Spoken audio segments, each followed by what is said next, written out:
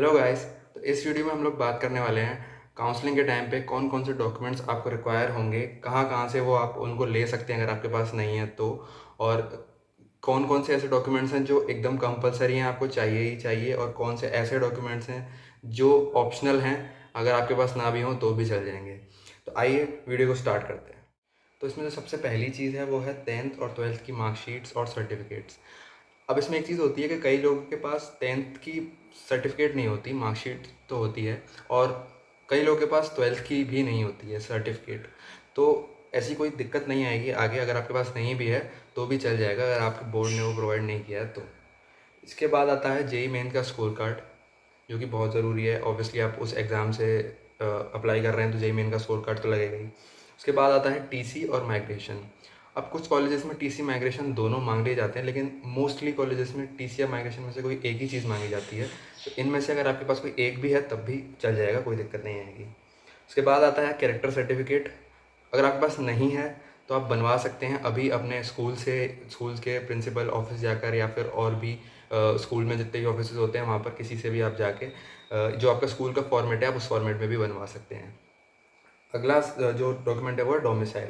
Domicile UP का domicile अगर आपके पास है, अगर आप यूपी से 12th किए हैं तो आपके पास यूपी का डोमिसाइल होगा।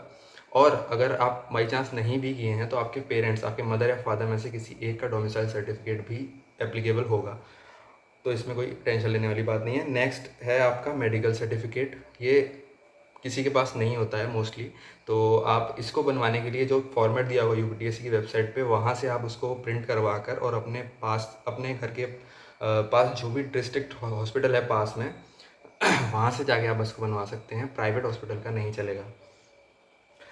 और ये जो डॉक्यूमेंट्स मैंने बताए अभी तक, ये सारे कंपलसरी थे जो सबको बनवाने ही बनवाने हैं। अब मैं जो बताने जा रहा हूँ वो कंडीशनल है, मतलब कुछ को चाहिए होंगे, कुछ को नहीं चाहिए होंगे।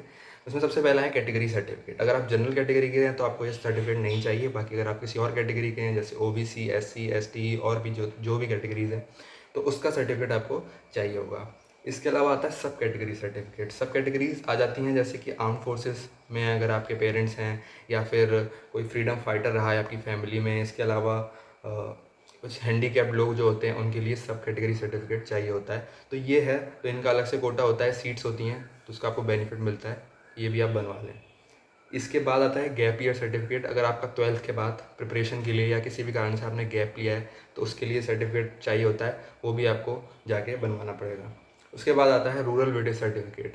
रूरल जो लोग रूरल एरियाज़ में रहते हैं यूपी के, उनके लिए ये सर्टिफिकेट होता है, और उसका एक अलग से सीट्स होती हैं तो उनमें उनको बेनिफिट मिल जाता है। तो ये सर्टिफिकेट भी आप बनवा सकते हैं अगर आप रूरल एरिया से बिलोंग करते हैं।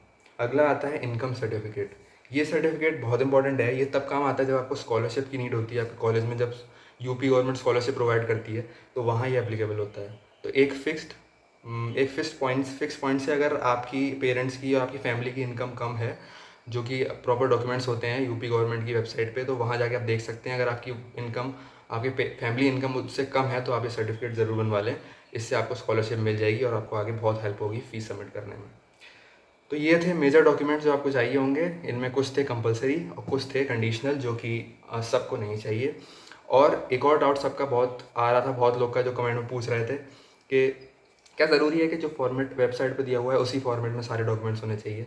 तो नहीं, ऐसा कोई ज़रूरी नहीं है। अगर आपके पास वो डॉक्यूमेंट्स हैं किसी भी फॉर्मेट में तो आप उसको लगा सकते हैं, और आपके पास कोई फॉर्मेट में नहीं है तब आप कोई एक नया फॉर्मेट ना बनवाएं। जो फॉर्मेट वेबसाइट पे दिया है उसी को आप प्रिंट आउट करवा के उसी सर्टिफिकेट को बनवा सकते हैं। तो ये था इस वीडियो में।